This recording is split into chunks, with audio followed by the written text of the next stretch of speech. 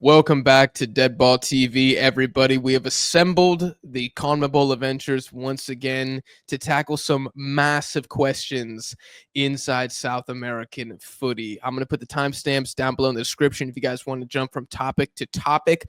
Buckle up. If you like videos about CONMEBOL, make sure you hit subscribe. If you're watching on YouTube, drop a like on the video. And make sure that you follow both us at Deadball TV, but also Martin and Roberto on social media. All the links will be in the description of the video. Let's not waste any time because there's a lot to say in this video. Topic number one, I've been looking forward to this. Is this the best Argentina team ever? That's right. We got to start with this one. Before we break this down, let's just do a quick around the table. Yes or no, best Argentina of all time. I hope everybody has the same screen orientation as me. Connor, why don't you go first, and we'll go to Roberto, Martin, and then me. And we're not elaborating on this, right? We're just stating. We are, but let's just do quick. I want to see where we stand as a panel. Yes. And it's beyond reproach. Okay, Roberto? 100% yes. Martin? Yes. There's some hesitancy there. Yo, I think we're going clean sweep yes. Wow. For the best Argentina of all time. Okay, so now I'll play the bad guy here and some devil's advocate. What is the argument against this being the best Argentina team? What are the arguments that you guys typically see online or things that you yourselves considered when kind of weighing this up? I would imagine one is like star power, right? They don't have like the big names. I feel like that's something that people would say to detract from the current Argentina squad. I'll go for the Argentine old head argument. There's no Maradona. Okay. There's no Maradona. It seems like from what I can find from other South Americans that like 86 to 90 team is sometimes considered the best team ever. The team that also won a Mundial. You can even go further, 94, right? Because that's a Mundial and then a final. And then 94, I mean, if Maradona doesn't get caught for a little bit of the cocaina, they're heading for the final. It's pretty much a unanimous decision there, right? They were unplayable until he left. And then they gave a good 45 minutes and we're out against Romania, I think. I'll just kind of give my reasoning for why I went yes. And if you guys want to elaborate on top of this, please do. This generation of Argentina, they have 4 trophies. 2 Copa Americas, 1 World Cup, Finalissima. If you look at World Cup qualifying, which I'm curious how much people factor in Copa versus World Cup versus qualifying, like what percentage of each goes into this is the best Argentina of all time. But this current Argentina team in this cycle, they're on 31 points right now. They're on pace for 40 in this qualifying window. This same generation, 2022, had 39 points at the end of the cycle, and maybe most importantly, didn't lose a single game. And so 2022 is definitely still this gen. I would say that the start of this generation was maybe 2019, 2020, if you want to say something along those lines. So I'm going to go through Argentina qualifying cycle in the points since we had this format. 2026 currently on pace for 40. 2022, 39 points. 2018, 28 points. 2014, 32. 2010, 28 points. 2006, 34 points. 2002, this is the big one, 43 points. They had 1 loss that was like Batistuta, Crespo, Walter Samuel, pretty damn good team. And then 1998, they had 30 points. So 2 of the 3 best ever qualifying campaigns for Argentina could happen should this Argentina team continue current form.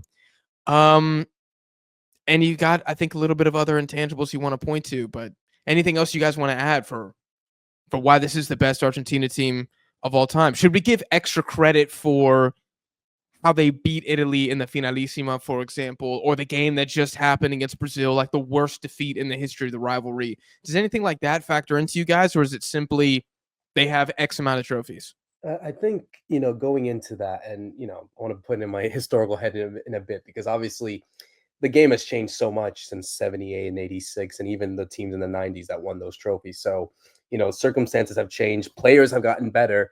The fact that the national teams, you have all the best players playing in Europe, or, playing for the best teams in the world, wasn't like that back then. So you can argue, and maybe the old heads might think, oh, but, the opposition was very similar. So therefore, it made it much more harder. No, I think it's more harder now because everyone is playing everywhere, and players are better, they're stronger, they're faster.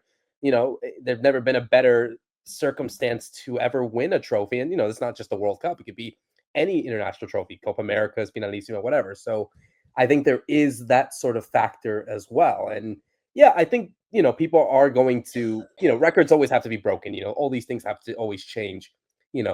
People maybe think that there might come a time that maybe this team will get surpassed by another team that wins multiple trophies or whatnot. But I don't know. I just feel like when you look at the circumstances of how Argentina have been able to do it, especially against the opposition that they play, like Brazil, like France and Italy and whatnot, good teams. And to do that, I think, it gives all the merit of it being the best Argentina side of all time. Yeah, I think there are two arguments. There's like the status and the legendary sort of nature that comes with a team, right? The hype that surrounds them. But then you can also look at individual talent and names. And I think this team has the legendary status, right? 86 is probably the closest team that came to that, or the closest another team can come to that. 78 is Right. obviously, very impressive. Everybody loves it, but everybody says the corruption, and I mean, you can name maybe two players on that team. And you could say the same about the 86 team. The player depth was not insane. I mean, everybody talks about how Maradona's leadership led those guys straight there. And I mean, you don't even see other household names like Canigia or Batistuta come until later when we're looking at a Copa America, and not a World Cup, right? The biggest competition that we have, this current team, for talent pool is in 2010 under Maradona. And that's when you're seeing, man, I had the list pulled up here, but that's when you're seeing the Walter Samuels. That's when you're seeing Otamendi. That's when you're seeing Di Maria. That is when you're seeing Agüero, Tevez, De Michelis, like all these names. And these guys were playing at top teams. I'm talking starters for Inter, Bayern Munich, all over the place, right?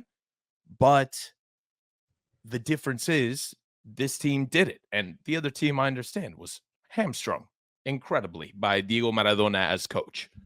The guy thinks about football differently. You can't communicate that idea to anybody. I mean, the closest he probably got was Messi. Can I jump in? Yeah. I think what you're getting at is what I see a lot, where people confuse best with most talented. Because if you want to say, is this the most talented Argentina team of all time? I'm still going to say they're top 3 100%. Do they have the sexy names and the sexy appeal of even 2010, 2014 Argentina? Maybe not, because at that time you had Sergio Agüero, you had Messi, you had Higuain. All of them were absolutely shredding it up in their respective leagues. But it's not like this current team doesn't have Julian Alvarez, who's a top 3 player in La Liga this season. It's not like this current team doesn't have Lautaro, who's been the best player in Serie A for 3 years, right? But I don't know. It's like these guys, these new strikers for Argentina, especially Lautaro, they don't have the brand that like Agüero had. They don't have the brand of a Higuain, and even a brand of like a Mascherano. I'm not sure who's got the Mascherano brand in this team. You kind of got a bunch of like De Paul. Yeah.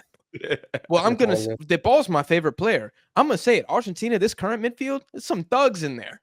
Like, they're gonna beat your ass. They're gonna make the game ugly. But guess what? Every single one of those guys knows how to play together. But they don't have the star power. They don't have a guy where you point to them and you're like, Enzo Fernandez is the best midfielder in the Prem. They do not have those names. And Messi's not at his peak powers anymore. So people look at this And dude, we got clowned in a video we did like a year ago, maybe even more than that.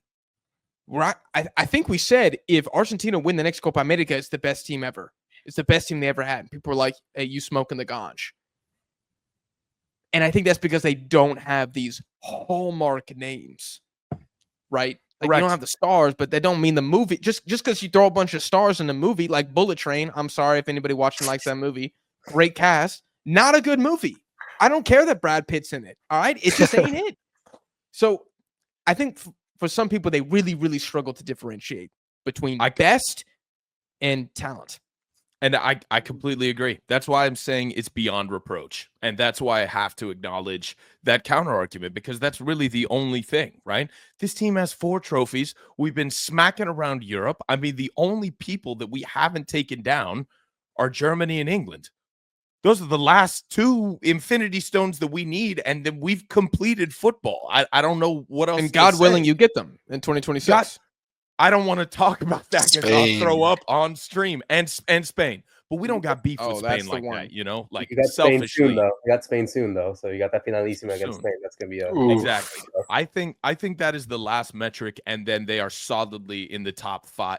If God willing, knock on wood, Anulo Mufa, we win against Spain, you put us in top 3 international teams of all time, right?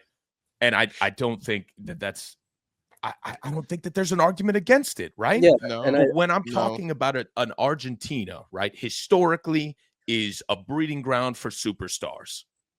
2010 is the closest that you can come to arguing that, okay, maybe they were more talented. But outside of that, we've got the pedigree. We've got the legendary moments. I mean, a Copa America against Brazil, this legendary finish against Brazil in qualifiers. We beat the Netherlands on pens again. We beat Croatia, who knocked out Brazil with Neymar. We did it all. It's done. Check, check, check. Better than any team that's done it before. Maybe it was more exciting with Maradona, and I get that. Believe me, as a kid who didn't see a trophy until 3 years ago, I get it. I get it. That is locked into my mind too. But 3 trophies later, I'm sold. yeah, I think it's going to be interesting just, making the big comparison. And that's going to happen all the time. They're going to make the comparisons with Spain. They're going to make the comparisons with Brazil 70 because they always said, oh, that's the greatest team of all time. So, those sort of arguments will always come. And, I think in a generation that is able to see that because, there's not any people that on social media said, oh, I saw Brazil 70 or I saw, maybe Brazil 2006. That might be a bit much, but, there's going to make those comparisons. And I think that's going to really, make the argument of Argentina being this current Argentina team being one of the greatest of all time. If they win another World Cup on top of everything they've done, I don't see how you can't put them as the greatest. No, it's a wrap then if they win the next World Cup. I think so. I agree. What if they don't win the next World Cup, but they win the next Copa America? They 3-peat the Copa. And if they win against Spain against the Finalissima, there's still the argument. I think their status is there. Like Connor said, I think top 3, top 5 at worst greatest international teams of all time. That's going to change. That's not going to change no matter what happens in the World Cup or even the next Copa America. So their status is secure no matter what. I definitely agree that it's between the Maradona team that had the superstars, the names, and right now. But at the end of the day, football is 11v11, and this team, if you can get over 100% chemistry, they have it. It's insane what they've been doing, and will continue to do because I think Messi will play the Finalissima, will play the next World Cup. I think by the World Cup, he could be retiring, but Argentina, they have a young squad and people coming up like Garnacho, who's only 20 years old. They're looking good. They're looking good. Yeah. I think it's fair to say that, I mean, I'll put it like this. If they win the next World Cup, I think they're probably the best team ever. If they win the next World Cup again, are you kidding me? So you could potentially have 2 Finalissimas, 2 Copa Americas, and 2 World Cups. In like, 5 I'm sorry, years. dude. I'm sorry. What else are we gonna say? Yeah, And now, and maybe the best part of that is they're gonna get a couple of those, at least 2 of them, without prime Messi. they didn't even have to lean back on this just footballing god to carry them.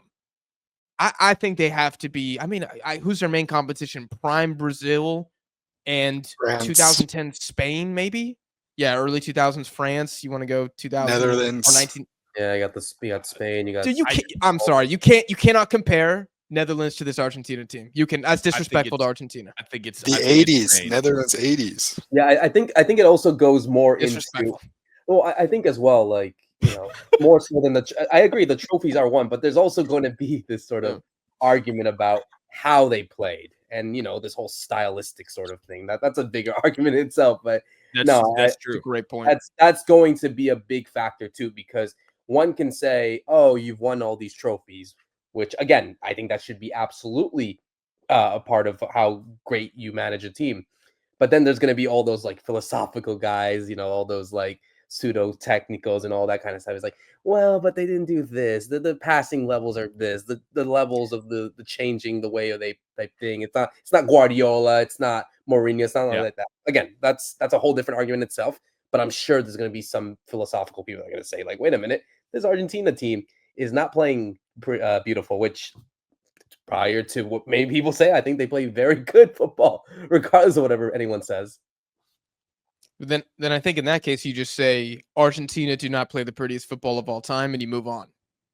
Right? Yeah, Best team of all time wins. doesn't mean that you play the most beautiful, elegant, triangle passing football that we've ever seen. It means these guys were unstoppable. It means nobody could beat these guys. And they formed a dynasty. Right? This whole their XG per game was lower than 1.6, and we consider that here at our Footballing Institute to be the metric for elite football teams. Piss off. I'm sorry. That's sprinkles on a cake. It's 3 points. It doesn't matter. Who can beat them? No one has beat them yet. I think that's why we all like football, is because the team that's often trying to play prettier loses quite often, like all the time. Right? And then the other team goes down, scores the corner kick, and the one team's looking around like, how did we lose that game? Well, you didn't score. You weren't good enough. All right, I'm going to be a hater right now. You guys just push back on everything I say. The last Copa America was too easy. Their path was weak. They didn't play a team till Colombia in the final. I think Ecuador blew it in PKs. We could have beat them. But yeah, GG's. I think it's more of the case of they were just better than everyone. So who on earth was going to stop them? Ecuador and PKs. If what could have been, dude? No, listen, PK. Martin's got an excellent point here. Yeah, Ecuador took us to penalties, and it is what it is. The last team that you want to get in a penalty shootout is probably Brazil with Allison, and Argentina. I mean probably even worse, Argentina. We have the pedigree. We have the pedigree, and I mean, dude, go ask the Netherlands. Go ask the Netherlands. I think about them actively. One of the happiest moments of my life is when we sink when Romero blocks the last PK against the Netherlands and sends us to the finals back in 2014. I was jumping up and down. I haven't seen my grandfather move like that ever in my life. The man was hooting and hollering like a redneck. He's Argentine. I don't know where he got that. He had a cowboy hat in his hand, bottle of Jim Beam. He'd been living in Texas for too long. That's where he got it from. He's in too deep, dude. But I remember that moment, like Netherlands, two World Cups out of 3. You lose to Argentina on pens. Ouch, brother. Ouch. It just is what it is, though. The pens, I mean, maybe that's why everybody hates pens, and I absolutely love them because we do have this history of winning them. But, dude, even if you could argue, it's just you. I'm the pen hater. You're the hater. On this one. Yeah. Look, even if you want to say that Argentina had an easy path to the final, we still almost lost to Ecuador. I don't care who you are. If you get to a penalty shootout, you almost lost the game. No matter what. You could win. You could clean sweep the pens. Almost lost. Almost a loss, no matter what. You also won 120 minutes against Colombia as well. Mm-hmm. Can we play a game? I don't. Yeah, let's play a game. Okay. Because this initial topic we had really got the brain juices flowing for me earlier today. And I decided to take this a step further, and I made a South American generational tier list that I'm going to send in the private chat for you guys to read so that we can react to it. This tier is ranking the current generation of all 10 CONMEBOL teams. And I have 6 tiers for this. So we're going to start at the bottom, tier 6, in the depths of hell, Chile and Peru. Tier 5, not the worst generation, but bottom 5, no doubt. And I have placed both Uruguay and Brazil. Tier 4, nothing to see here. This is just run of the mill. Ain't nobody going to be talking about this. I put Venezuela. Yeah. Tier 3, could get there, but too early to say. I put Paraguay and Bolivia. Tier 2, possibly the best generation they've ever had, Argentina and Colombia. And tier 1, already, I'm comfortable saying this, the best generation ever, standing alone, the Ecuadorian national team. What do you guys think Hell of my yeah. tier list here? I think it's really good, actually. I think it's spot on. I want to know what Roberto thinks for the Paraguay take. I have some doubts. I'm not even going to mention Paraguay first. I'm going to go for the could get there, but too early to say. If Bolivia don't make the World Cup, then isn't that considered sort of a nothing to see here, especially if Venezuela do it as well? So I would switch Yes. those two personally. And yeah, for Paraguay, again, like you have to. Well, first they have to qualify, and second you have to see what they do in the World Cup. Because I always feel like you can only judge, and even Martin can say the same thing as well. Like this Ecuador team is fantastic. It's a great side. They're doing so good, but they also have history on the other side too. If they go to the World Cup and they get grouped, then what happens? Yeah, it's not the best ever then. Can I say something in the most positive and loving way that I can possibly say it? The bar for Ecuador and Bolivia is very low. I'm sorry, Martin. I but would you know agree, this. but now that there's 48 teams in the World Cup, so now it's going to be harder to get to the top 16 or top 8. So that's the only argument I have, but I agree with what you're saying. With Bolivia, I looked at it like this. Again, the bar is very, very low for the Bolivians. They've never won a game at the World Cup. They've been there 3 different times. So the reason I say it's too early to tell is because if you look at this generation, bro, especially the guys who've been playing the last 4 windows, they got a lot of young guys in there. So I actually think this is the very start of this Bolivian side. And if they go to the World Cup and they win a single game, guess what, y'all? That's the best Bolivian generation of all time.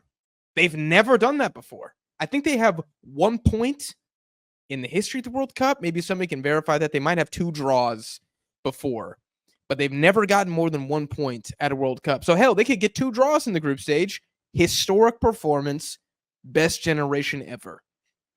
And at the next Copa America, I don't know where it's going to be, but Bolivia has 1 win in the Copa America since 1997. When I think they hosted it in 1997. Yeah, they went It's all the way, If I'm not mistaken. went all the way to the final. Eddie. And they got second place. So for Bolivia, if you get a win at the World Cup and you get a win at a Copa America that is not hosted, you might be the best Bolivian generation of all time. For Ecuador, I went more on also the fact that I don't really think that there is much history to look at. If you look at the Copa America, it's been a generally rough time for Ecuador. Martin, you would remember off the top of your head better than I do, but I think you guys finished 4th twice when you hosted it or something like that. Am I on the money there, or Yeah, did I it was completely make that up? embarrassing. I don't know if you know this, but Mexico beat them to get Mexico at 3rd place in a Copa America that we hosted in '93. God, that is embarrassing. That's How did Black you let that Star. happen? Dude, I wasn't born yet. I didn't do anything.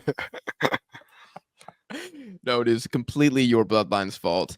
No, but seriously, Ecuador's best performance at the World Cup was 2006 when you guys lost to England in the round of 16. So Yeah. again, I'm kind of looking at 2026, and I'm kind of looking at Ecuador, who have been booming up the FIFA rankings in the last 4 years, and rightfully so. dude, if they win a game in the round of 16 and go to the quarterfinals after making the knockouts of the Copa America for consecutive times since God knows when, again, how are you going to say this isn't the best generation they've ever had? Because they've done things nobody else has ever done. So for those two teams, I think it was a bit more simple. Maybe I could throw Venezuela in there as well because they've never qualified to a World Cup, but they have had good Copa America performances in the past, and I think they really needed to beat Canada in the last Copa for me to have put them in that tier. But if you want to go that tier for Venezuela, I'm not going to get too upset. Any other thoughts? I think it looks good. I think you maybe even bump up Argentina based on our conversation we done just deal? had. Yeah. Argentina Okay. tier 1. Okay. Argentina tier 1. Dude, do you guys realize what we're saying here? We're saying that 20% of CONMEBOL is the strongest it's ever been right now. Argentina and Ecuador. Can I ask you something though? And this ties into my first question that I had prepared here. We have a lot of parity. We got a lot of teams doing things that they're not usually doing, and it's not the big boys. Do you think that makes CONMEBOL stronger, or were we looking better back in 2014, 2018? The way that I phrased it, what I wrote down, I said, what does it say about CONMEBOL that Ecuador and Paraguay are having historic qualification cycles, while the usual favorites in Argentina, well, not Argentina in this scenario, but Uruguay and Brazil can't seem to deliver? Are we better off with this parity, or are we stronger when Brazil was running the show? Like, how do we stack up against Europe, right? Because they're writing us off. I already know. I like the take because I was thinking about that. I think it's way better in my point of view because if you go to a World Cup and this Brazil team obviously going to qualify anyways, any team that plays Brazil, France, Germany, Spain, they're going to be scared to play them, and they're going to finish in 5th, 6th, maybe. So teams like Paraguay, who've been on fire, Ecuador, who has a generation of gold. These teams, Colombia, who haven't been the best, will probably still go to the World Cup. Still, like there's teams that will fear them.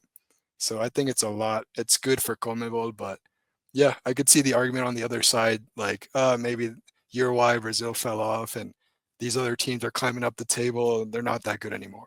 I could see it, but I like to look at the big picture there. I kind of think for the European audience and the casual football audience, there's an argument it's a bad thing, right? Because they are uninformed about who these Ecuadorian players are and these Paraguayan players are. They don't really know that. So though that group, which I'm not saying they should be the one driving the conversation, God no, I'm saying the exact opposite. But there's a lot more casuals than there are diehards. There's a lot more people who only watch the World Cup and the Euros than people who watch CONMEBOL and AFC and African World Cup qualifiers, right? And I think that audience, which has a loud voice in the media, is that audience. I'm just going to say it. The media is that audience who's driving the conversations on Twitter and on all these other platforms. They're going to look at CONMEBOL and they're going to say, yeah, these guys fell off. Oh, Argentina's carrying South America. How are they? Ecuador's in second? What the hell are they? How did Brazil let this happen? How did Uruguay let this happen? Paraguay just beat Brazil, and embarrassing for the Brazilians. They're not going to put respect on the Ecuador and the Paraguayans. But I think if Ecuador and Paraguay balled out at the World Cup, if they both made a run, and if they knocked out a European team in a knockout game, I don't even care if it's like a Norway or something, like not necessarily a power, like a Turkey. Like, I think that's when the conversation again changes and it goes, oh, hold on. Should we be paying attention to these other CONMEBOL teams? But it is completely determined by these kind of lesser known sides' performance at the World Cup. Yeah, I agree. It'll come down to the World Cup. What happens in the World Cup, and if teams like Paraguay, like Ecuador, like Colombia can pull up some wins against a Belgium, a Denmark, it's a wrap. Then people, the casual will see it.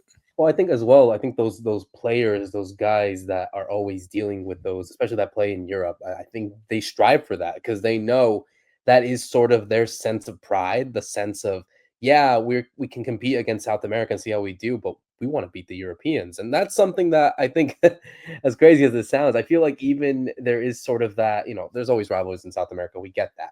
But I think there is sort of that togetherness in the sense of like, I don't know, like let's say Paraguay play France in the quarterfinals, and then you have Brazil, you have Argentina, you have Ecuador and Colombia. They're all looking, and they have all those beefs, and they get that in South America. But then when It's it let's comes to go uniting, Paraguay. well, when it comes to uniting for that game, it's like no, no, no. We actually want to see France lose this game because that is our sense of pride of South America. So it's that. I'm not saying that it's always going to be that case. I don't know how many Brazilians or Colombians supported Argentina in the final when they played France, but maybe for those lesser teams that usually are underdogs against like the big powerhouses like a France or an England, they're going to come together and be like, no, no, we want you guys to win and beat these guys because that's going to show that we're not supposed to be messed around at all. How are we feeling as a collective about CONMEBOL's chances heading into 2026? I feel good. I think I think there's a really good argument that could be made of all the 7 teams getting out of the group just because of the format and the teams that they play. Oh my gosh. Massive dub to That would CONMEBOL. be You get huge. 7 guys out? Yeah, Oh my god. to go out of the group stage. You go Absolutely. 7 for 7? That's Yeah. crazy. I love I'm- it, Roberto. I love it. I'm cautiously optimistic. That being said, if we don't have a team make it to the semis, because let's not forget, I love Argentina. We historically love to go in with a great team on a great amount of points and then just sell. Now, we don't have, I mean, all signs are pointing to the opposite, but if we all make it to the round of 16 and then we all go out, that's bad. That's bad. Yeah, for sure. We need definitely a finalist, a CONMEBOL finalist. Yeah. Or just top Yeah, 4. I think Someone in the top 4 for sure. a doomsday scenario would be, even though none of us on the panel are particularly bullish on this national team, but Brazil, if like a Brazil got knocked out by, let's just say, Uzbekistan or like DR Oh. Congo, It's a wrap. then, dude, CONMEBOL's getting so much smoke for that. And I'm even going to say personally, I believe that unless Argentina wins the Mundial, if Brazil and Uruguay get upset by some of these, debutantes of the next World Cup or more untraditional power, if the United States knocks out Uruguay in the World Cup, I think CONMEBOL are just going to be laughed at. I don't think it'll be deserved, but I think they will be laughed at if the traditional powers go out sad. Well, not even go out sad. If they just go out to one of these other teams like that. I think the expectation for them has always been, with Brazil and Argentina, it's like we got to win. Like so, that's the case and I think for a lot of these teams as well. Like again, Uruguay, they haven't looked the hottest, but they also have 2 World Cups, so they have that history on them. It's like, yeah, wait a minute, this is our tournament. We need to win this again. We haven't won it since 1950, so there's that as well. For the other teams, that's a whole different perspective. I mean, no team doesn't want to go in and don't want to win the World Cup, obviously, but yeah, that would be embarrassing for them to not do well. There's a certain pedigree that CONMEBOL has to uphold. And I think that, a couple teams making deeper runs still sends more of a message than, even though, on the whole, for the casual media, right, a couple teams making deep runs sends a much stronger message to them, to the layman, than all of us making it to the round of 16, which would still be insane. Damn near half the teams in the Copa America from South America, or in the Copa America, pelotudo, from the fucking World Cup from South America. That's a huge message. It's the expectation as well, like the fact that and UEFA, I'm sure, feel the same way. And I'm not saying that all the teams are going to go into the group stage and qualify to the next round. I don't see that because there's 13 of them, so I don't know if that's going to happen. But it's that just because UEFA and CONMEBOL are the only countries to win a World Cup, so it's that pedigree. Yeah, it's basically like UEFA and CONMEBOL are thinking like, please God, don't get knocked out by an Asian team. Right? Like that's what they're walking in here saying. They're like, please don't get Japan. We don't want we don't want to play South Korea. We don't want Australia. Like, we'd rather get knocked out by ourselves, right? We'd rather have a Brazil knocking out Chile on penalties or Colombia beating Uruguay. We'll take that all day of the week because then the bragging rights within South America, I mean, there will be murals erected for those games. And it stays there. No one else. And it stays there for Nobody else can have it. We can do it. You can't do it. Exactly. But you're going to be the team that gets upset by Canada? Oh, no. That's unacceptable. And it could happen today. And it could happen today. Absolutely. With the way some of these teams are walking into the Mundial, and Roberto, you give me the opportunity for a great transition here. I do want to talk about Uruguay and the expectations for Uruguay heading into the World Cup. What should they be, right? Because we all love CONMEBOL. They are a team with 15 Copa Americas, the second most in the history of the tournament. They've made amazing runs at the World Cup, have obviously won the tournament either 2 or 4 times, depending on if you're talking to an Uruguay or a regular person. Should we be hyping down Uruguay heading into the World Cup? I think they're, again, like, the fact that Brazil and Argentina are the only ones to win the World Cup, I think it's always going to be that certain pressure. I mean, England feels the same way. The fact that they haven't won anything since '66. Uruguay won a couple trophies since then, so that's on them. But no, just a few. But I think, I do feel as if though, and there's always a lot of sports teams with a lot of big droughts. Like, I don't want to use like the biggest comparison because I think it would be unfair, but like the Chicago Cubs, the baseball team, they've went 108 years without winning, but they always say, oh, it might be this year because they have their history and or the Red Sox when they went so many years without winning. But I think when you have that sort of history, that gets to you. And I'm sure it feels for every player because it's like, oh, we want to repeat what happened 75 years ago or 95 years ago in 1930. So it's like that holds a lot of pressure. And World Cup is not a Copa America, so that also is affecting everyone else. Be it Argentina, I'm sure felt that. Brazil, they're feeling that too. But yeah, I think the harsh reality and the harsh answer is just, I just don't think that the Uruguay team, at least as of now, are at that level of what Brazil and Argentina strive. They come to the World Cup wanting to be champions. That is their expectation. Uruguay do as well, but I just feel like the team that they have, it feels like, no, they don't have that sense of being in the top tier like a France, like a Spain, like an England, like an Italy if they make it. So I think that's where we're like, okay, wait a minute. We get that they have this history, like you said, 15 Copa Americas, 2 World Cup titles, Olympic medals, whatever. But I think we should really just realize that that is just their history. It does not become a reflection of what they are today. Correct. There's not a killer instinct there anymore. I mean, when Bielsa first came onto the scene with Uruguay, there was a real threat. And I mean, that game against Argentina, I mean, they were the team to beat. They came through and, I mean, I love me some Ecuador. They got bigger wins than Ecuador was capable of, even, I mean, to this point, right? Full stop. They got massive results. And you can't help but think that if those had been a little more recent or they were able to muster those in, I don't know, maybe not in any of the last 3 windows, that maybe they'd be in this conversation. But I don't know. Here we are looking at damn near half a year of impotence. And yeah, I'm not looking at them to represent CONMEBOL when they go to the World Cup. I'm looking at them, and God forbid they come up against it. God forbid they come up against Canada. Japan? Japan against they want that Uruguay? smoke. They would.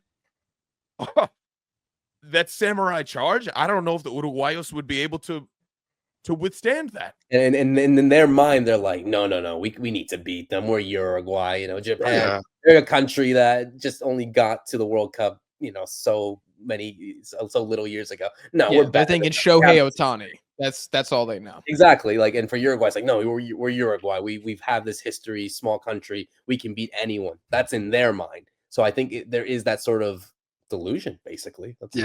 Disconnect. Now, there is a How- world where a scrappy Uruguay is able to muster something like that. Let's not forget we're part Yeah. of CONMEBOL. I would argue the scrappiest, footballing organization on the face of the planet. It doesn't have to be pretty. We don't like pretty football. That's not what we do here. Juego bonito, we're quite a few steps away from that. Okay? There is a world in which that happens, but they look to be a far cry from that. Am I offensive to suggest that Ecuador and Paraguay have a higher ceiling at the next World Cup than Uruguay? Am I crazy for saying that? No, that's I think it's spot on. Okay. Paraguay and Ecuador are the teams on form right now from CONMEBOL. Uruguay, the Colombias, they're not. I think we're taking the place, and the casuals, the Europeans who don't watch CONMEBOL, they're gonna say the opposite. But I think the reality is Uruguay and Colombia might not have, like Roberto said, could be delusion, disconnect from their history to their current form. Yeah, and I think as well, like, we still have a year, so a lot can still change. And, maybe this team can be like, no, wait a minute.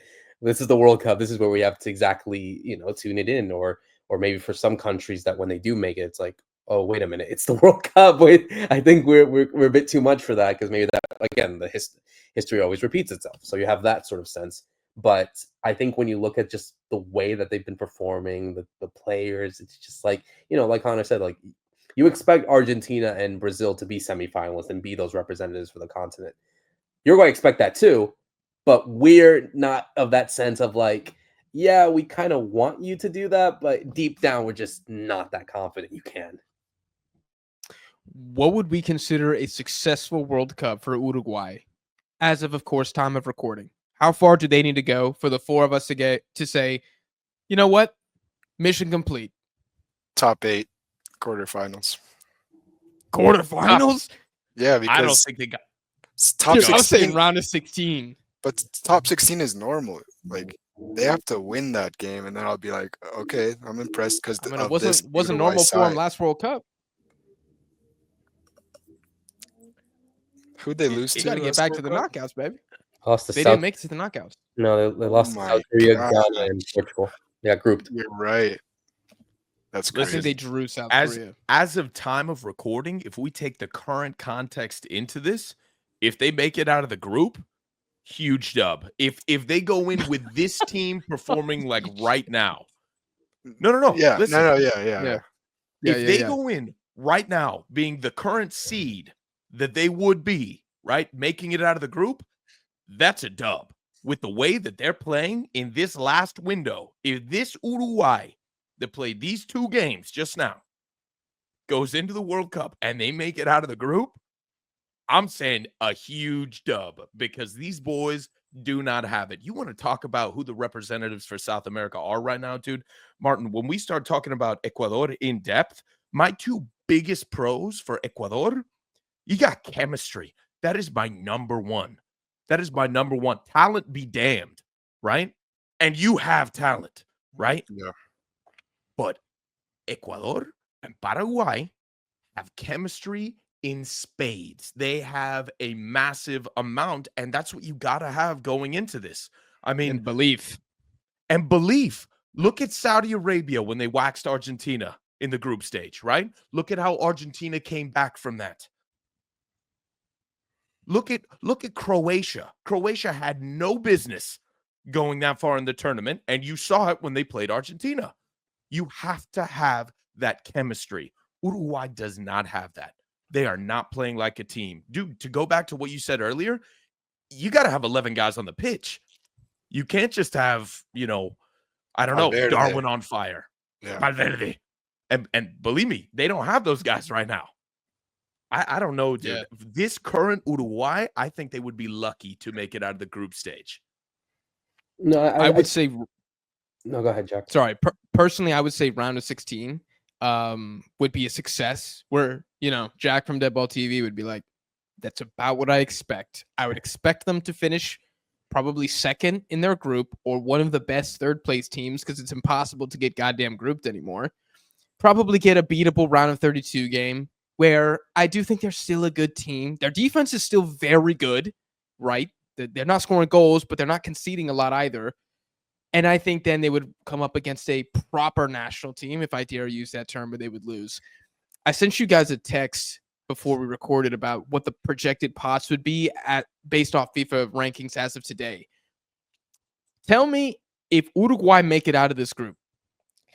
The Netherlands, Uruguay, Ivory Coast, and Turkey. They could. Turkey Yeah. and Ivory Coast could be winnable for sure. Winnable, yes. But they could also be grouped, no? But they could also, They could end up in any of those positions. Actually, just thinking about Yeah. it, they could end up 1 to Like, 4. That's not. I mean, we're talking about the AFCON champions of deceptively a team that I didn't think was ever going to be this good under Ronald Koeman in the Netherlands, and then who'd I say? Turkey, who were like a surprise at the Euro. For an out of form Uruguay, I'm sorry, you're not going to win just because of the badge on your shirt. Like, I don't In know if it's gonna be enough. their minds, they think that though. That's the That's the worst thing. We all say yes, they should get out of their group and they go to the round of 32 and 16.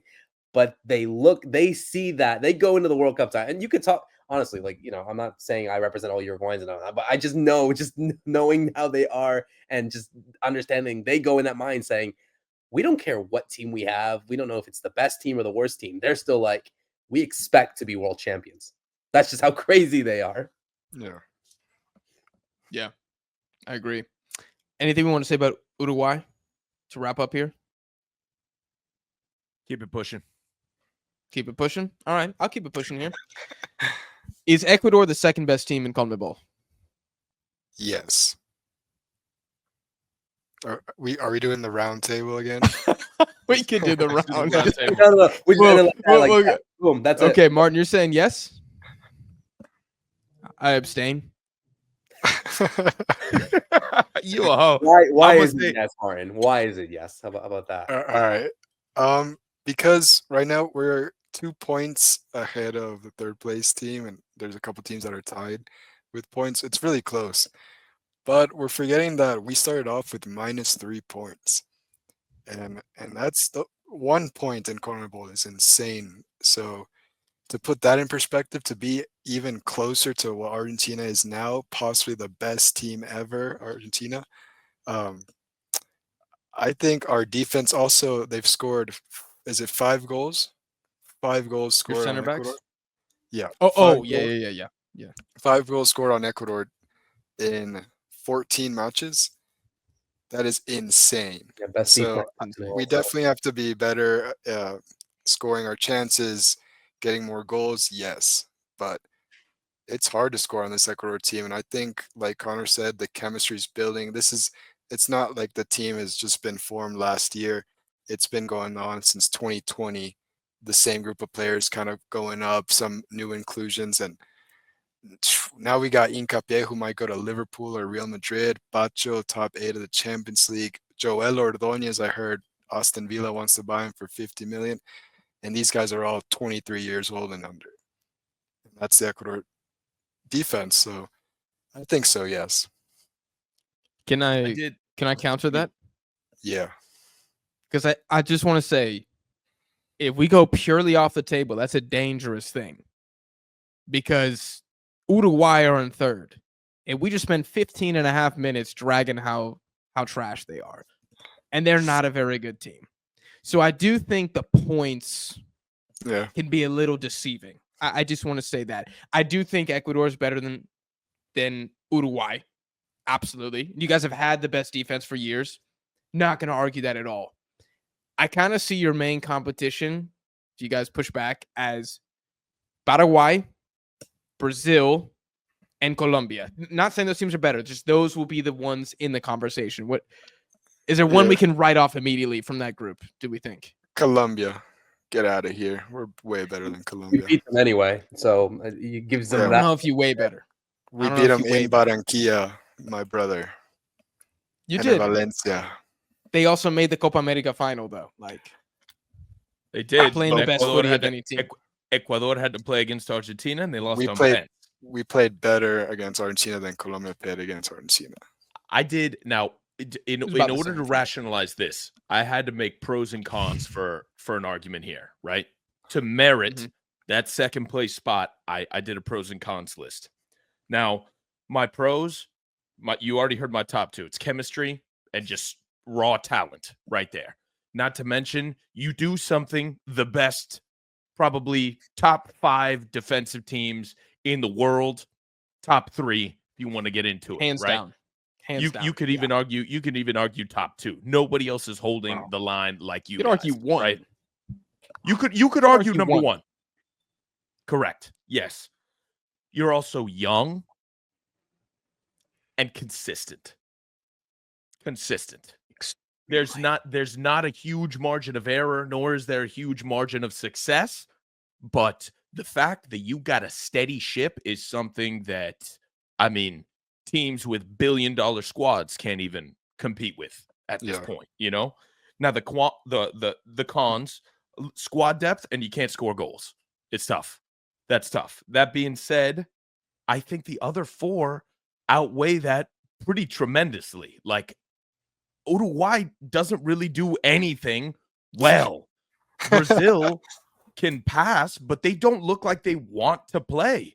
So I don't think either of those two teams can merit a second place.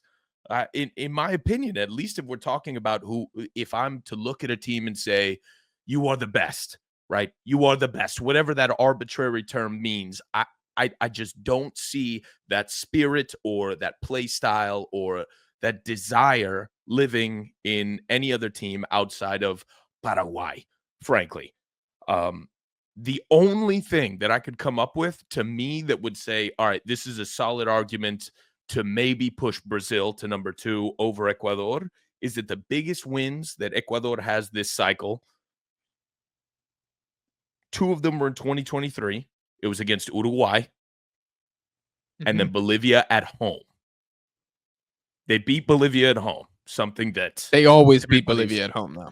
They always listen, but that's Ecuador's feather in your cap, invincible baby. to the altitude tax. But we beat them away, and not many teams beat Bolivia away. I think that's cycle what Connor was especially. saying. Yeah, think sorry, that's you beat Ah, Bolivia yes, yes. in Bolivia. Yes. Yeah. And then you have Colombia. You don't have Argentina. We don't have Brazil. Now I think you're playing them again, right? At home. Yes. Both of them. So to me, of them. that's the final measurement, and then it's beyond reproach. Like, nobody Mm-hmm. can argue against it if you catch a dub there. But that's the biggest sample that I could take outside of that. But dude, I was hammering this the last podcast. You got to win the games that you got to win, and Ecuador's doing they're taking care of business. They're doing the job that needs to be done. You're getting the dubs, second place, and yeah, dude, -3 points. -3 points. You're starting off with an automatic loss. That's buck wild to me that you're in second with an auto loss. That's unheard of. Ecuador is clear, firmly my number 2. I also would have Ecuador as 2 right now, but I don't think I would say firmly because there are still a couple questions. Connor, you already brought it up. They're big wins this cycle. The Uruguay at home. Pretty sure Felix Torres had a brace in that game. I mean, when you get a brace from your center back, hey, you'll take the points, but it's kind of like all right, well, how often is this going to happen again? I need to see Ecuador play very well like they did last cycle at home against Brazil and against Argentina. I think they did a good job kind of neutralizing those teams when they played, but I didn't see enough of Ecuador displaying that giant slaying ability that I think they're going to need at the World Cup if they're going to make a quarterfinal or something like that. So I do think they're the hands down the best defense. I'll debate anybody on that. I couldn't go any lower than 3. I'm not having Ecuador ranked lower than 3 on anybody's list. I got them in 2 here, but I got an asterisk because I actually think their number 1 competition is Paraguay more than anybody right now. Paraguay. Roberto, do you want to make a bull case for Paraguay over Ecuador? No.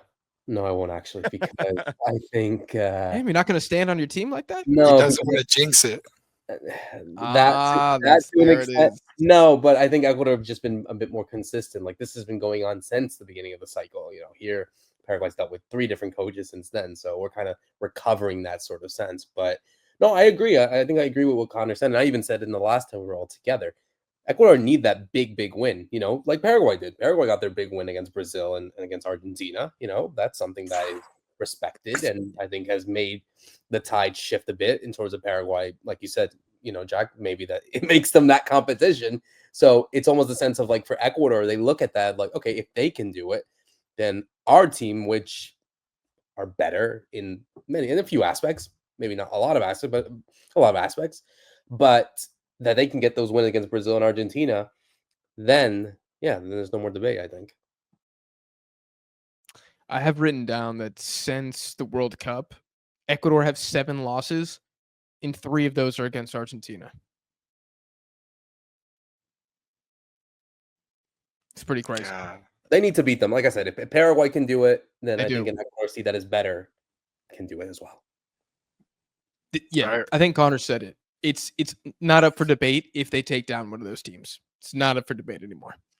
It's gonna be really tough because guess what the next game is? Ecuador at home to Brazil. The Brazil that has to win. That's probably gonna have a new coach.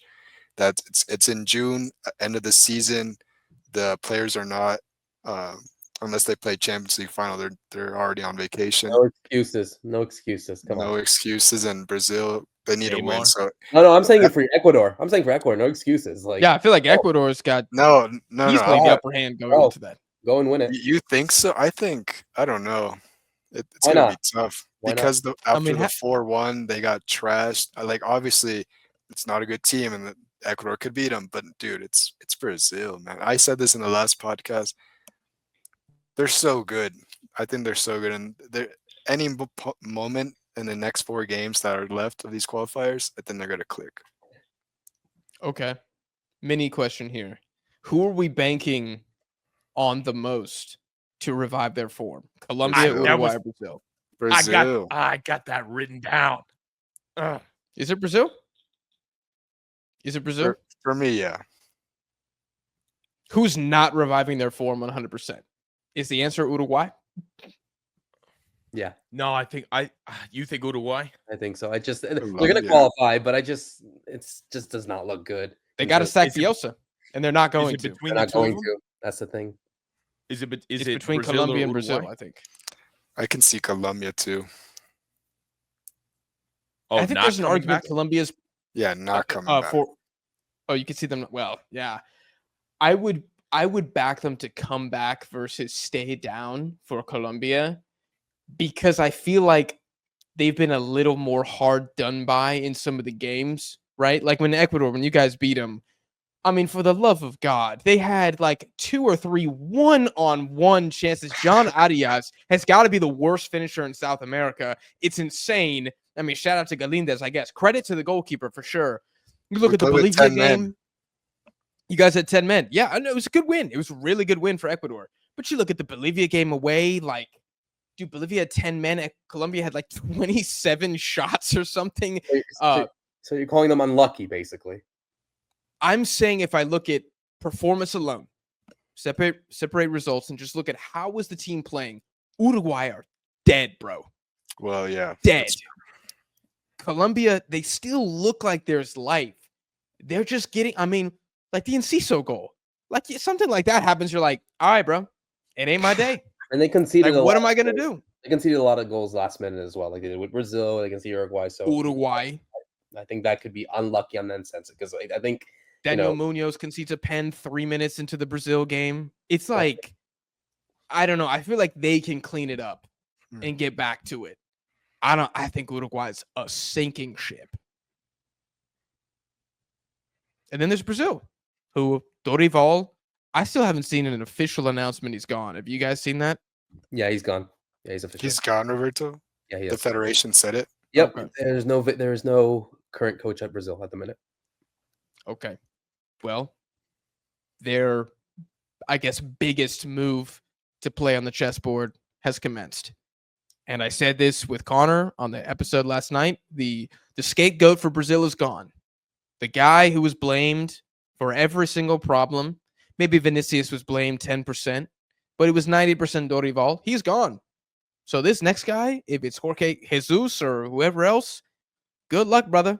Because if you don't improve this team immediately, I don't know. Maybe we'll start looking at the players more, giving a little bit more blame to them. Or maybe we'll just keep sacking coaches over and over again because of the talent on this Brazil side. I don't know, but it seems like it's what's more likely, Brazil to revive under this new manager or Lorenzo to figure it out with Colombia is kind of the mini question to the mini question. Mm-hmm.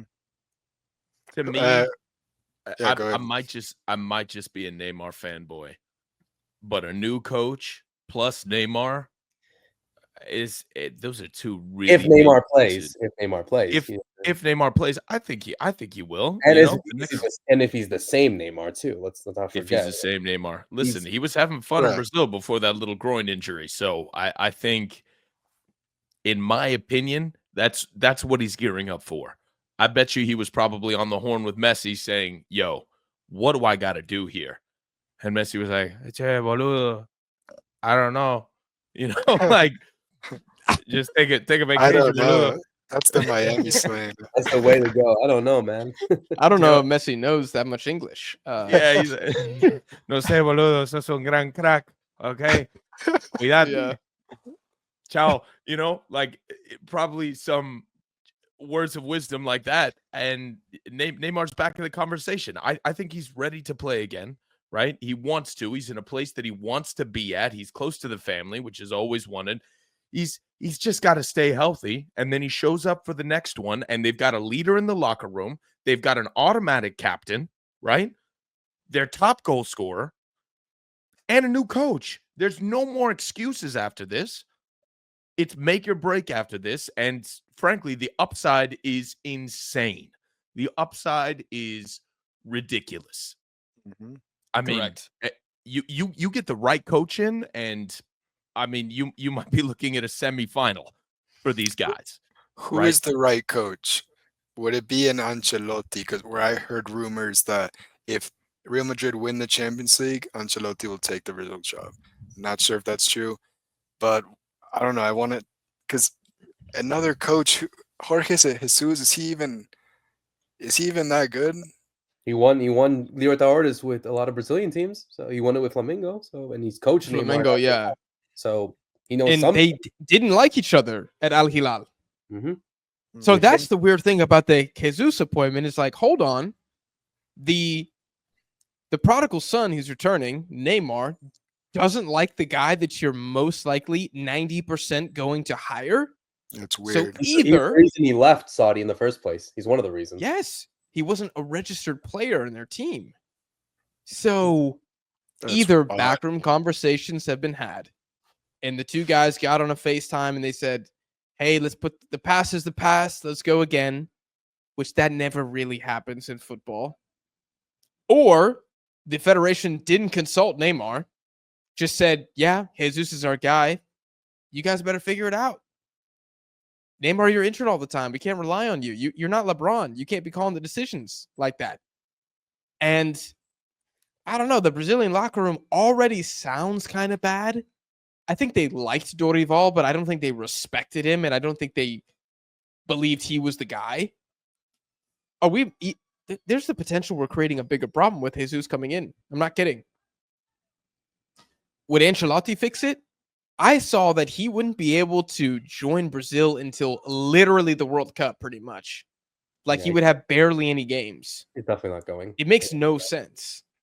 Why? Why couldn't he join? Like in the summer. Club World Cup and yeah. Which I just don't Real think he Madrid wants going. I'm gonna say I just don't think he wants to. Just don't see it. Yeah, And it's there's the whole- huge pressure for Ancelotti to do good. Oof. He basically needs to make the final or he looks bad, Yeah. right? Yeah. Not sure I'd be signing up for something like that. Or Like, win, wait a basically. minute. Or win, basically. That's kind of it. We'll But win. but he's used to that Real Madrid too, so it's not like something that it's like, okay, I got to do this with Brazil. But I think it's a different animal. I think, with all respect to Real Madrid for the big club they are, Brazil have their standards too. They are big in every aspect. Club football is not comparable. I mean, Mauricio Pochettino, who many considered a world-class manager, just finished 4th in his first ever Nations League with the United States. It ain't the same, bro. It's a different game, and that's why I don't really like the Ancelotti pick. Now, I sound like one of those people that bitches and moans about the economy and poverty and all that stuff without being able to offer a better solution, because I'm not sure what a better solution is. I just know that Brazilians would greatly prefer that he is ethnically a Brazilian. And so how many really good Brazilian international managers are just walking around out there? I don't know. You can't appoint an Argentine. Absolutely not. Yeah, no, stop, Jack. Yeah. No, I'm saying it's not going to happen. I think do you literally bring Pellegrini in here? Goddamn, I don't know. There's literally no coach, like Roberto said. And Jorge Jesus might be the closest thing to it, but how are you going to fall out with Neymar? Dude, it's going to cause more problems. So you're saying Colombia is bouncing back the most now? They seem to have the most potential, is what we it's come full like. circle. Listen, Brazil have sort of played themselves into a corner, right? Brazil have played themselves into a corner, and it's kind of looking like a damned if you do, damned if you don't appointment here. Because, whoever it is going to get crucified if Neymar isn't the star boy, right? No matter what. Yes. Yeah, so I think, dude, if we just logicked it out right here, I think it's looking like Colombia. They know that they can do it. They have done it before, right? Yeah. We see signs of life. The results haven't been there. But, dude, like Roberto said, we have a year. It feels like it's right around the corner because we got 4 games, wham, bam, thank you, ma'am, and then here we are, right? But it's a calendar year, not to mention you got friendlies in there. And, I mean, dude, frankly, that looks good for everybody else, especially the Ecuador, the Paraguays, the Brazils, the Uruguays of the world. Argentina doesn't want friendlies. We don't like scheduling friendlies. That looks bad for us. But everybody you guys else play Puerto Rico again. We're going to play Puerto Rico 4 times. Lock down 20 goals inside of that and then go out in the group. I already know. I can see how this is going to happen. Then I'm going to be, lose my will to live for the next 4 years. I'll give you guys this question. If Jorge Jesus goes to Brazil and Neymar, unfortunately, is injured for the next cycle in June, and he gets a result in Ecuador, a result at home to Paraguay, are Brazil back?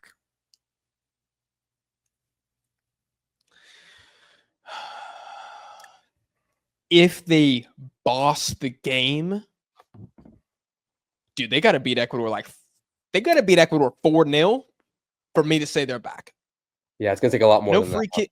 It's gonna take No free kick bullshit. 1-0 victory. No, you have to destroy Ecuador like we haven't seen since the 2019 Copa America or something. Rafinha's got to have 2 goals that window. Rafinha's got to have 2 goals that window. Cunha's got to get 1. Becasese is sacked as a result of the game. That's how bad it needs to be for me to say Brazil are back. Any other teams that we should conclude with now, or any other talking points that we think merit a discussion? Anything is on the table here. You got to mention Paraguay. Yes. Jack. Let's do it. Roberto, this is your time to shine, baby. What you want to say? Yeah, I mean, look, I feel like it's good to hear everything from Argentina, from Uruguay, Brazil, Ecuador, all those teams. But one of the things that all those teams have in common that Paraguay don't have in common after the World Cup, they all lost a game. Paraguay have not lost a single game yet. 8 games in, 4 wins at home, 4 wins away. 4 draws away from home. So my question to you is, and to all of you, I'll start with Connor actually, just because it's the nice face right in front of me. Should we be giving more respect to this Paraguay team after what they've achieved in the last 8 games, where, like I said, they're the only team in South America to not lose since the Copa America? My answer to that is, should we be? Yes. Do I want it to happen? Not until you get a win away. I want the chip on the shoulder to thrive. I want all the smoke. I don't want any pressure on you guys. I don't want to break this. I don't want you to become another Uruguay. I don't want you to become another Colombia. Let the dumpster fires figure it out. You're doing it the Paraguayan way, and it's working. Don't become the other teams. I don't want to blow this up and everybody gets hype and they become the new hot star child, right? Calm it down. Play your game. Don't turn into Venezuela. Don't turn into Colombia. Don't turn into Uruguay. Don't do any of that. You're doing everything just as well as it can be done as of now. All you got to do to take that next step, it doesn't even have to be a full step. If it takes the next calendar year to get you ready for the World Cup, take all 365, take 366 days. I don't give a damn. Lose the first game at the World Cup. I could care less. Take everything that you can to ensure that you hit this ceiling that we talk about, right? This potential ceiling that you guys have. What is that? I want that. Yeah, what is that? What is that potential ceiling?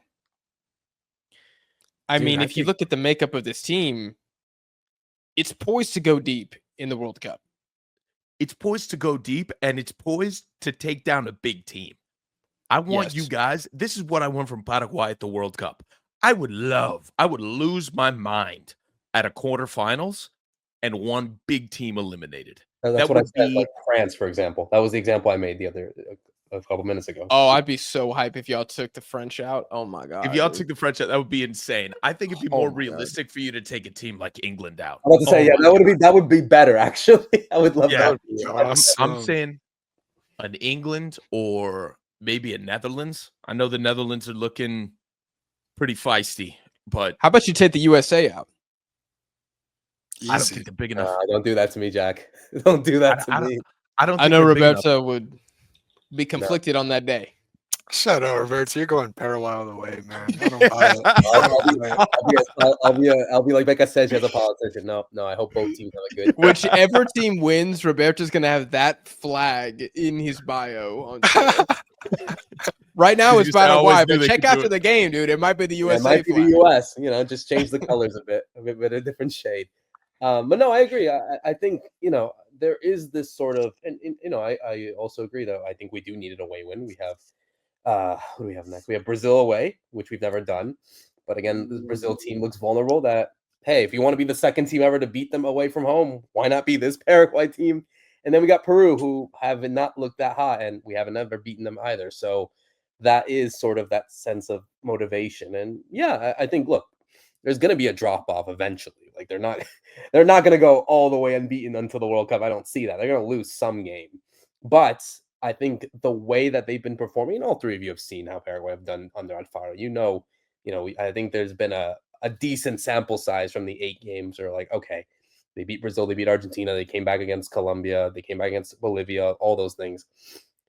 And you feel like, okay, if those are the best that South America can offer, what can they do against the rest of the world? And, I think on this form, in this momentum, yeah, they're still vulnerable. There's still things to be fixed as always. But like you said, Connor, I think they have absolutely all the right to make a deep run at the World Cup and challenge any team in the world if they really are focused on it.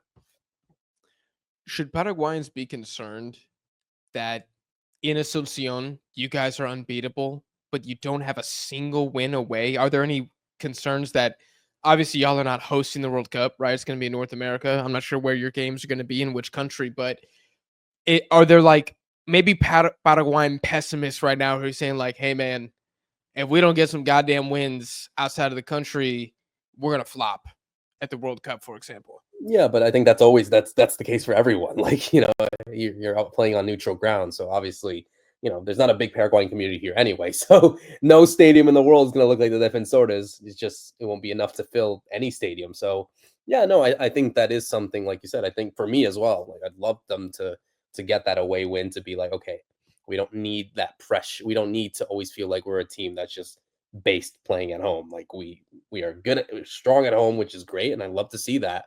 But we do need to get those away wins because I feel like that's how you kind of judge a team, depending on how you view them. You just got to get them better. And yeah, I think obviously the games of the World Cup are a whole different level, but it doesn't really concern me, honestly. Like I think they are capable of doing it, and it's neutral ground, so anything goes. But yeah, I think it would be very nice for them to just pick up a momentum of winning games away from home, or even in like the friendlies that come up beforehand, just to be like, okay, they have that sort of like they're getting rid of that Asuncion chip on their shoulder.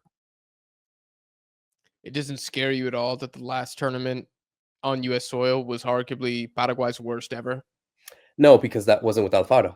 So that kind of like sense of change and belief and sort of psychologic aspect.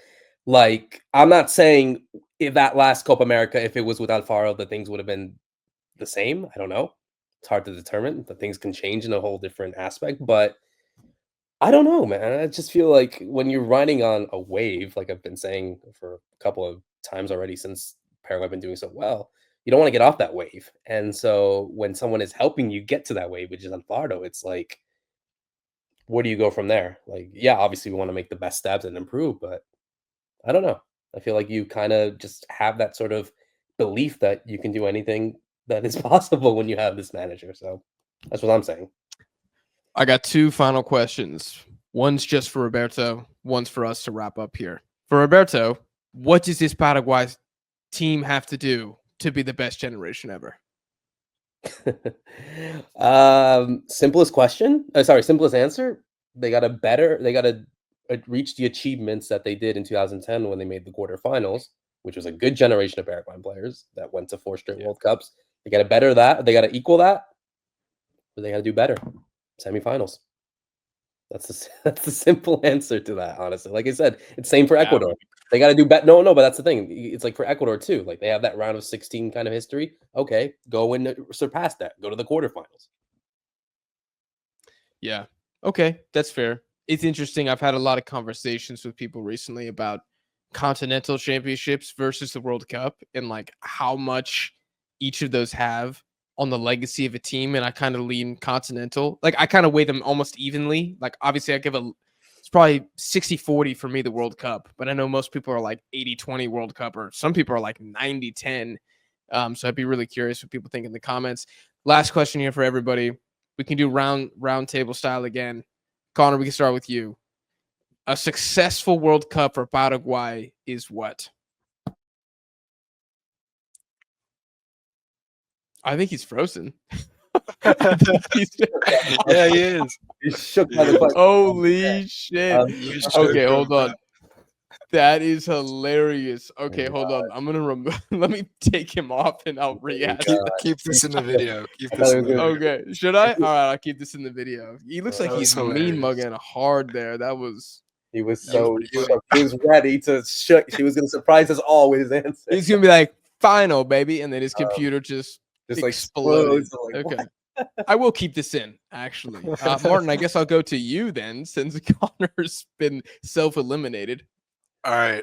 A successful, since there's now a round of 32, I'd say round of 16 if they lose in round of 16 to a good opponent like a Germany, Spain, France, I think that's good. Now, if they win and get to a quarterfinal, we're talking, like you said, best Paraguay ever. Roberto? yeah, I might be biased on history and say, yeah, they should obviously do better than past before. But no, I think it's true. I think definitely getting out of the group. I think the round of 32 is absolutely doable. Like I said beforehand, I think all 7 South American teams have if there is 7, have the capability of getting out of the group. And then yeah, depending on who they face, I think a round of 16 would be somewhat expected on that, and round of 32 as well. But yeah, why not quarterfinals? Why not? The way that they've been playing, I'm just like They could do it. They can beat. No, I'm saying they can't beat everyone, but they can challenge anyone they want. So One thing about Alfaro, like why he maybe fell off with Ecuador, he was doing fantastic in the World Cup, fantastic. We got a draw against Netherlands. We could have won. and against Senegal, he we set up badly tactically, and that was like we saw the ceiling with him. And thank you for everything, but bye. I think this time with Paraguay, he's just been impressing everyone with the results he's been having.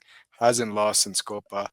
Um, hasn't lost. Costa Alfaro has not lost with Paraguay, And and I think as he well. has that experience with Ecuador. That man, for one game they killed me. I gotta go. Like he has that experience now, where I think Paraguay could honestly reach a top 8. Yeah, and I think as well, it's his last job. Like that, he said that after this World Cup, he's retiring. So it's kind of like that sense of, okay, I want to go off on a high. So, and he's kind of already doing this with Paraguay, and so it's like obviously winning games and whatnot. But I think there is that sense of like, okay, if I'm gonna, if this is gonna be my last go around, I'm gonna make it my best ever one. So that's what I'm saying there. I love it. If he got you guys to the round of 16 and you lost, no, I'll go lower. He gets you round of 32 and you guys lose, and he goes, you know what? I'm gonna retire. I just don't have the legs for it anymore. Do you think Paraguayans would look at Alfaro and say, "Thank you for your service. Like you did a good job," or do you think it would be something else?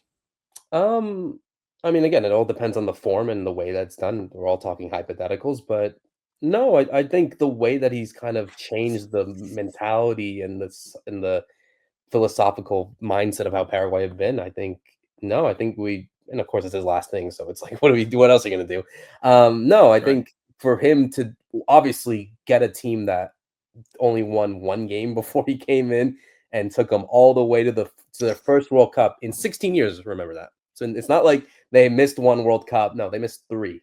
So in and itself, for some people, it will be like he got us there. Thank you for everything. Obviously, people want to get more, which is rightly expected and rightly deserved, and people understand that. But I think just for what he did to transform his team and to get them to the World Cup after 16 years, I think for some people that will be enough for them. Not for me personally, because I think this team has much more capability of doing what they do instead of just qualifying. But I think for a lot of the people and a lot of Paraguayans, they'll be like, no, they'll be very grateful for what he did. Yeah. All right, I like it. I'm going quarterfinals for you guys. By the way, I think you Wow. could do it. I really think you could hit the quarters if this form continues. Why not, baby? Guys, we're going to end the episode there. We've been recording for a while. We talked about a bunch of things in this episode. There's probably more talking points and storylines that we could have mentioned. And if there's any that you guys would like to see that we were unable to cover, please let us know down below in the comments. And if a lot of people leave an upvote, we might just have to get the squad back together. Say, hey, the people have spoken. The audience have chosen these select questions for us to discuss.